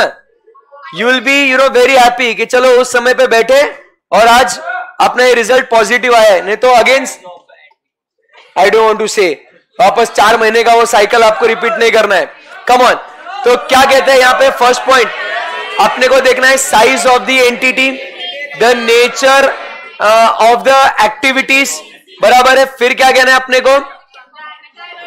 कम on everybody, the diversity and complexity of the entities operations, बराबर है। फिर उसके बाद सर्कमस्टेंसेस, बराबर, and the relevant internal controls including service organ, नहीं, including internal controls and the complexity of internal controls. Yes. फिर नेक्स्ट 3 पॉइंट्स कौन से?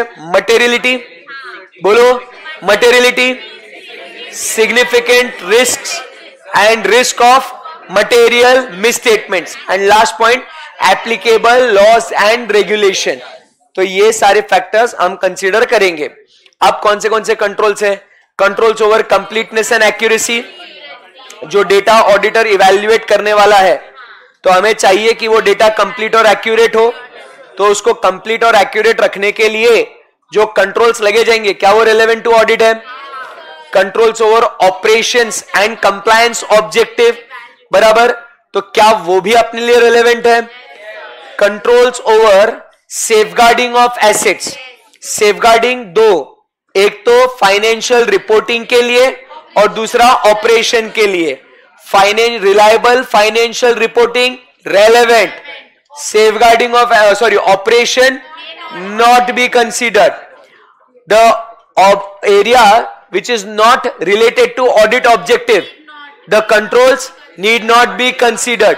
जो मेरा ऑडिट का एरिया ही नहीं है उसके ऊपर के कंट्रोल्स मैंने कंसीडर नहीं करने हैं। साथ ही साथ वो कहता है कि एक ऑर्गेनाइजेशन में बहुत सारे ब्रांचेस और बहुत सारे एरियाज होंगे तो सबके कंट्रोल्स भी मेरे लिए सब ब्रांचेस पे रेलेवेंट नहीं होंगे। एंड लास्ट में if it is required by statute और रेगुलेशन तो वो मेरे लिए क्या हो जाएगा, रेलेवेंट होगा अगर उसके ऊपर मेरे को रिपोर्टिंग करने के लिए बोला है तो देखो ये तो बात कितनी खत्म हो गई आसानी से, बराबर है कि नहीं। अब अपन बात करेंगे about nature and extent of understanding of the controls. पहले क्या चेक करेंगे, design.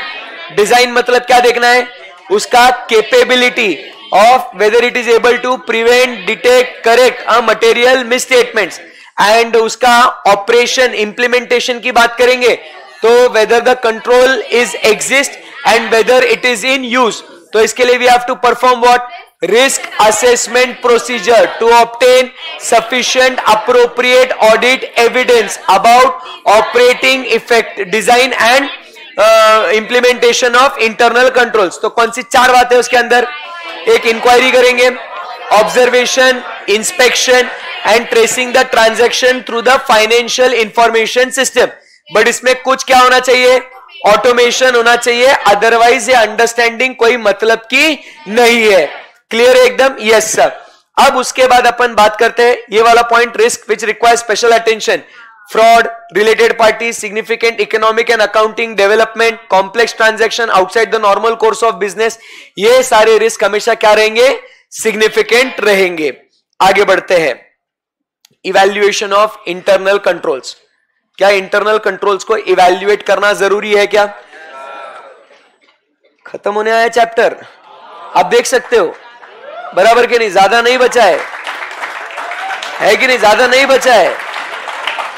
Evaluation of internal controls, मुझे बताइए क्या इंटरनल कंट्रोल्स को इवैल्यूएट करना चाहिए क्या? इंटरनल कंट्रोल्स क्या इंश्योर करते हैं, all the information which should have been recorded has in fact been recorded. ये कौन इंश्योर करता है? Internal controls. क्या auditor requires such kind of assurance? Yes. So therefore evaluating internal controls is an indispensable part of audit programme. समझ में आया आपको? अब अगर इवैल्यूएट करना है तो उसके बेनिफिट्स क्या है? इसके बेनिफिट्स के लिए आपको पता होगा कि हमने एक सिंपल सा क्या करा था, इसका एक चार्ट बनाया था। आपको चार्ट देखना है, बराबर देख लो। सो क्या कहता है, इसका चार्ट हमने बना लिया था, थोड़ा आप रिकॉल कीजिए। तो क्या कहते हैं, first point, adequate internal control system है या नहीं है, इवैल्यूएट करके समझ में आएगा अपने को।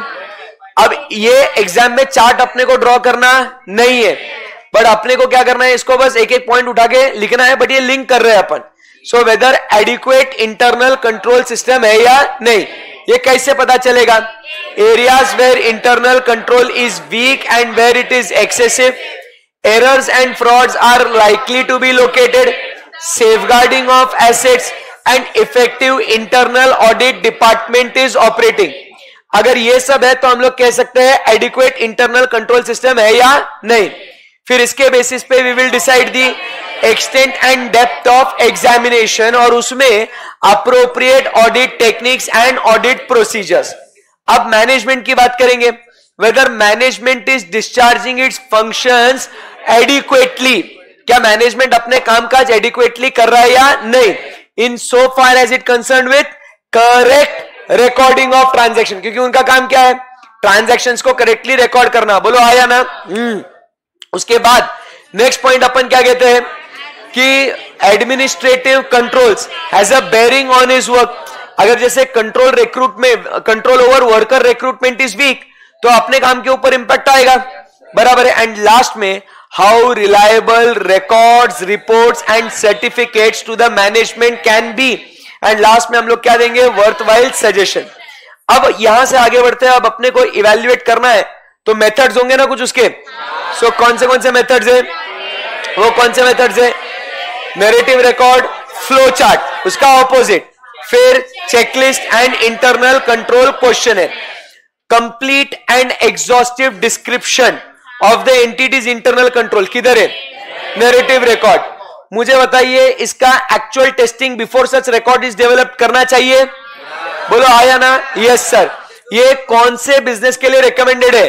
स्मॉल बिजनेस एंड जहां पे the internal controls are less structured. इसके डिसएडवांटेजेस क्या है? पूरा का पूरा समझ में नहीं आता है, बराबर के नहीं? To comprehend the system is difficult, to incorporate changes on account of reshuffling of man power is what? Difficult. And last में to identify the gaps or weakness is also difficult. But the most concise way of presenting is what? Flowchart. Graphical presentation reduces the amount of narrative explanation, gives the bird's eye view. ये लिखना है आपने को। Internal control questionnaire और checklist में मैं आपसे कुछ सवाल पूछता हूं, आप उसका जवाब दीजिएगा। मुझे बताओ, field by the client staff, फटाफट बोलने का है। अब मैं आपको रैपिड फायर पूछ रहा हूं, आप जवाब देना है। Filled by the client staff, questionnaire या चेकलिस्ट, इतना बोलो। Filled by the client staff, auditor staff, on the go requirement, in sections और एनुअली। अरे बोलो बच्चा। There is no scope for omission और ओवरसाइट। क्वेश्चनर, बराबर के नहीं? अब जो भी बचा वो क्वेश्चनर का ही बचा। मुझे बताओ, evaluated by the senior manager और पार्टनर, चेकलिस्ट, बराबर के नहीं? तो मुझे बताओ, purpose of collecting information, questionnaire. अरे बोलो, collecting information, questionnaire. Series of instructions, और questions to be followed by the member of auditing staff, checklist. समझा क्या बात को? Yes sir. तो ये अपना 4 तरीके हो गए इसको इवैल्यूएट करने के लिए। करेक्ट है एकदम? Yes sir. अब टेस्टिंग, अब मुझे बताओ, टेस्टिंग में तो बहुत इजी है। अपने को चेक करना है whether controls are actually in operation. This is done on selective basis. Important areas are covered in a period of 3 years, बराबर। उसमें फर्स्ट क्या देखेंगे? डिजाइन एंड उसका ऑपरेशन। कैसे देखेंगे? First inquiry, observation, inspection, reperformance and specific computerised application. ये वही बातें हो रही है। Very good. अब उसके बाद अपन देखना है इफेक्टिव ऑपरेशन की बात कर रहे हैं। अरे खत्म हो गया ना भैया, लास्ट पेज तो बचा है, बराबर के नहीं? राइट। सो जब हम लोग बात कर रहे हैं इसके अंदर, तो हम लोग क्या कहते हैं? जब हम लोग बात करते हैं कि अपने को टेस्टिंग करना है, तो हम लोग क्या देखते हैं? How they were applied, by whom they were applied and consistency with which they were applied. But इसमें वो क्या बोलता है कि effective operation recognises that some deviation will occur. अगर डेविएशन मिला है तो specific inquiry will be done, बराबर की volume of business, seasonal fluctuation और ह्यूमन एरर, बराबर है। Then auditor is going to, everybody concentrate, then auditor is going to test the control and cover such a period, बराबर, and then evaluate the results of test of controls, बराबर है। but and उसके हिसाब से he will modify the nature, timing and extent of planned substantive। समझ में आया आपको कि पहले वो स्पेसिफिक इंक्वायरी करेगा, उसके रिजल्ट्स को इवैल्यूएट करेगा, और वो रिजल्ट्स के बेसिस पे he is going to modify what? Nature, timing and extent of. Now you know ना सब्सटेंटिव प्रोसीजर कि ट्रांजैक्शंस और बैलेंसेस कितना डिटेल में चेक करना नहीं करना, एनालिटिकल प्रोसीजर कितना करना कितना नहीं करना। अरे समझा क्या बात को? He will modify, but before conclusion वो क्या बोलता है कि auditor will confirm the control risk assessment. उसके लिए वो क्या करेगा? अगर डेविएशन मिला है, he will make what? The specific inquiry, and based on the such inquiries the deviation, preliminary risk assessment अगर not supported तो he will revise, unless वो क्या कहता है? audit evidence obtained from other test of control supports the assessment। मतलब आपको compensating control मिलना चाहिए। क्लियर एकदम? so this is what is unit number 4। last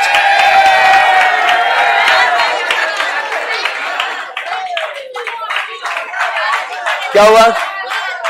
ये एक ही पूरा एक वीडियो में पूरा चैप्टर आपका खत्म हो जाएगा। अरे तुम लोग पागल है कि 5 मिनट नहीं लगेगा इसको?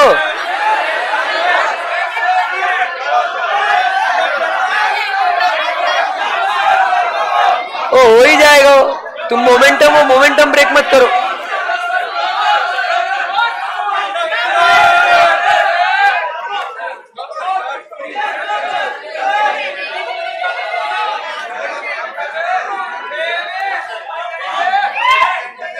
अभी तक एक पेज हो जाता, मजाक नहीं कर रहा हूं। यस, हाँ चलो। एंड लास्ट अभी हम लोग आ रहे हैं ऑटो। इस पर्टिकुलर पूरे यूनिट में मतलब इस वीडियो में आपको सिर्फ ऑटोमेटेड एनवायरनमेंट नहीं मिलेगा। ऑटोमेटेड एनवायरनमेंट अलग से पढ़ेंगे, उसका वीडियो अलग से डालेंगे। अभी सिर्फ सारा जो रिस्क और इसका है वो बात कर रहे हैं। अब हम लोग बच्चों बात कर रहे हैं अबाउट व्हाट एसे नंबर 330 जो बात करता है about response to the assessed risk of material misstatement. So when we talk about response to assessed risk of material misstatement, तो दो टाइप पे अपने को दो जगहों पे रिस्क मिलती है। Overall financial statement level, overall assertion level, sorry overall financial statement level and assertion level. इन दो जगहों पे रिस्क मिलती है, तो इन दो जगहों पे अपने को रिस्पॉन्ड भी करना पड़ता है। तो फाइनेंशियल स्टेटमेंट लेवल पे ओवरऑल रिस्पॉन्सेस। अब ओवरऑल रिस्पॉन्सेस में अपन ने क्या डिस्कस किया कि देखो अगर मैनेजमेंट की इंटीग्रिटी में प्रॉब्लम है तो it is a financial statement level का रिस्क है। तो उस पे अपन ने क्या करना चाहिए, आपने प्रोफेशनल स्केप्टिसिज्म मेंटेन करना चाहिए। तो having professional scepticism is the overall response. समझा बात को? रिसेंटली मर्जर एक्विजिशन हुआ है, अकाउंटिंग पॉलिसी किसी का अलग अलग हो सकता है, बराबर से काम नहीं हो रहा, तो आप क्या करेंगे, आप इंक्रीज सुपरविजन रखेंगे, बराबर है। तो ऐसे आपके ये ओवरऑल रिस्पॉन्सेज होंगे, बराबर है, एट फाइनेंशियल स्टेटमेंट लेवल। अब आगे बढ़ते हैं और हम लोग बात करते हैं अबाउट व्हाट असर्शन लेवल। तो इसमें हम लोग रिस्क असेस करते हैं at assertion level to determine nature, timing and extent of further audit procedures, obtain sufficient appropriate audit evidence to reduce audit risk to an acceptably level। अब अपने को अगर डिजाइन करना है क्या फर्दर ऑडिट प्रोसीजर, तो क्या आप सबको पता है कि ये हम लोग असर्शन लेवल पे करेंगे। सो बात एकदम सिंपल है, we will consider what the reasons for risk of material misstatements. उसमें फर्स्ट है likelihood of misstatements, that is inherent risk, बराबर है, and consider the relevant controls, बराबर के नहीं, वेदर क्या बोलते हैं उसको, whether they are operating effectively, बराबर के नहीं। तो इसको क्या बोलेंगे अपन, कंट्रोल रिस्क। तो इसके हिसाब से auditor will obtain what more persuasive, मतलब relevant and reliable audit evidence in case of higher assessed risk of material misstatement. Clear है एकदम? यस। अब अपने को फर्दर ऑडिट प्रोसीजर करना है, तो अपने को बात करनी है किसके बारे में, test of controls, substantive procedure. Substantive procedure में test of details and analytical procedure. Test of details में ट्रांजैक्शन एंड बैलेंसेस। पहले पूरा विस्तार में क्या पढ़ना है, test of controls. So test of control सबसे पहले हम लोग क्यों करेंगे, व्हाई? तो सबसे पहले टेस्ट ऑफ कंट्रोल्स क्यों करेंगे, बिकॉज अपना अगर सब्सटेंटिव प्रोसीजर्स का nature, timing and extent if it is dependent upon controls, तो therefore we need to do the test of controls. या दूसरा, substantive procedures alone can not provide sufficient and appropriate audit evidence, तो definitely we have to test the controls. Clear है एकदम? अब अगर अपने को कंट्रोल्स को टेस्ट करना है तो तीन बातें देखनी है उसके अंदर। कौन सी बातें, नेचर, टाइमिंग, एक्सटेंट। और एक बात, नेचर, टाइमिंग, एक्सटेंट। नेचर की बात करेंगे पहले, तो नेचर में क्या बोलेंगे, how they were applied, by whom they were applied and consistency with which they were applied, बराबर है। एंड द कंट्रोल्स, अभी दूसरा पॉइंट क्या कहता है, the controls to be tested if they depend upon the other controls, that is the indirect controls, so we also have to test those indirect controls का operating effectiveness। तो nature खत्म हो गया। अब एक्सटेंड की बात करेंगे। एक्सटेंड में क्या बोलेंगे? Frequency, length of time, frequency, length of time, rate of deviation, relevance and reliability. साथ ही साथ हम लोग क्या देखेंगे कि the extent of to which audit evidence is obtain from the test of other controls. अब जैसे फ्रीक्वेंसी मतलब क्या है? एंटिटी कितनी बार उस कंट्रोल को यूज कर रहा है उतना गहराई में हम चेक करेंगे। हम एक्सटेंड की बात कर रहे हैं। अगर लेंथ ऑफ टाइम ज्यादा पीरियड तक ऑडिटर उस कंट्रोल्स के ऑपरेटिंग इफेक्टिवनेस पे डिपेंडेंट है तो हम उस कंट्रोल्स को ज्यादा चेक करेंगे। उसके बाद अगर आपको रेलेवेंस एंड रिलायबिलिटी, ज्यादा भरोसा चाहिए आपको उन कंट्रोल्स पे, तो ज्यादा टेस्टिंग करेंगे। उसके बाद अपन बात करेंगे about what expected rate of deviation. If you find that there is a expected rate of deviation, to be certain extent of checking ज्यादा होगा। क्लियर है एकदम बात? यस। अब टाइमिंग में तो आपका एकदम सिंपल पॉइंट रहे, पर्टिकुलर पॉइंट ऑफ टाइम और थ्रू आउट द पीरियड। अब एक क्वेश्चन आता कि क्या हम लोग audit evidence obtained in the previous audit can we use it? क्या कितना टाइम देखना चाहिए बिफोर रीटेस्टिंग द कंट्रोल? तो कौन सी बातें देखेंगे अपन? तो इफेक्टिवनेस एंड रिस्क। सो कौन सी? Effectiveness of controls and its application, effectiveness of other elements of controls and effectiveness of IT controls. And risk की अगर बात करेंगे तो क्या कहेंगे? रिस्क ऑफ क्या बोलते हैं? Risk of characteristics of controls, whether it is manual और automated, risk of lack of change due to changing circumstances, and last में रिस्क ऑफ मटेरियल मिसस्टेटमेंट। अब ये आपने करने के बाद अपन ने क्या करना है? कंट्रोल्स को इवैल्यूएट करना है। अब कंट्रोल्स को अगर इवैल्यूएट करना है तो हमने क्या देखना है कि देखो, as a result of substantive procedures, if the auditor detects a material misstatements, then the controls are not operating effectively. It is a strong indicator or about significant deficiency in the internal controls. But at the same time, the absence of material misstatement as a result of substantive procedure does not ensure, क्या बोलता है? Provide the evidence about what? The operating effectiveness of the internal controls. अब इसके लिए auditor ने क्या करना चाहिए? स्पेसिफिक इंक्वायरी करना चाहिए for understanding the matter and potential consequences. तो इसमें वो क्या देखेगा कि whether the test of controls provides appropriate basis for reliance on the internal controls, कि क्या हम इंटरनल कंट्रोल्स पे भरोसा रख सकते हैं क्या, या हमने कुछ एडिशनल टेस्ट करना चाहिए। और लास्ट में वेरी इंपॉर्टेंट कि जब हम लोग सब्सटैंटिव प्रोसीजर्स कर रहे हैं तो उसमें क्या पोटेंशियल रिस्क हो सकती है, वो भी हमने ध्यान में रखना है। क्लियर है एकदम? यस। अब उसके बाद मुझे बताओ, बट ये सब होने के बाद भी क्या सब्सटैंटिव प्रोसीजर करना जरूरी है क्या? मतलब ऐसा कुछ है क्या कि हम लोग सब्सटैंटिव प्रोसीजर को एलिमिनेट कर दे? करना पड़ेगा आपको, बिल्कुल करना पड़ेगा। तो सब्सटैंटिव प्रोसीजर क्यों करना पड़ेगा? तो नंबर 1, रिस्क का जो असेसमेंट है ये जजमेंटल है और ऑडिटर सारी रिस्क को आइडेंटिफाई नहीं कर सकता है। एंड दूसरा, इंटरनल कंट्रोल्स में क्या है? इनहेरेंट लिमिटेशन है। इसीलिए मेरे प्यारे बच्चों, हमें substantive procedure to detect material misstatement करना पड़ेगा। अब इसमें दो बातें हैं, एक है टेस्ट ऑफ डिटेल्स एंड एक है टेस्ट ऑफ एंड दूसरा है एनालिटिकल प्रोसीजर्स।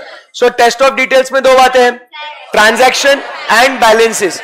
ट्रांजैक्शन ये अपने इसको बोलते हैं vouching, and balances assets and liabilities का बैलेंसेस को चेक करते हैं। उसी के दो एग्जाम्पल्स लिख के आना है। एनालिटिकल प्रोसीजर क्या कहता है ये हम लोग पूरा डिटेल में एसे नंबर 520 में पढ़ेंगे, करेक्ट है। बट उसमें क्या होता है? It includes what? The plausible, क्या बोलते हैं, evaluation of plausible relationship between financial to financial and financial to non-financial. It also encompasses what?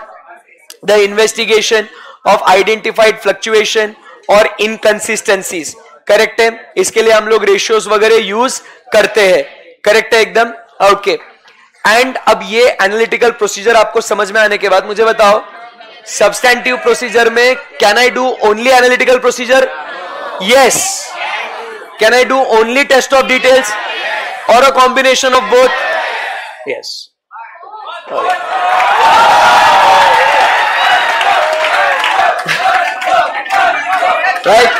Okay.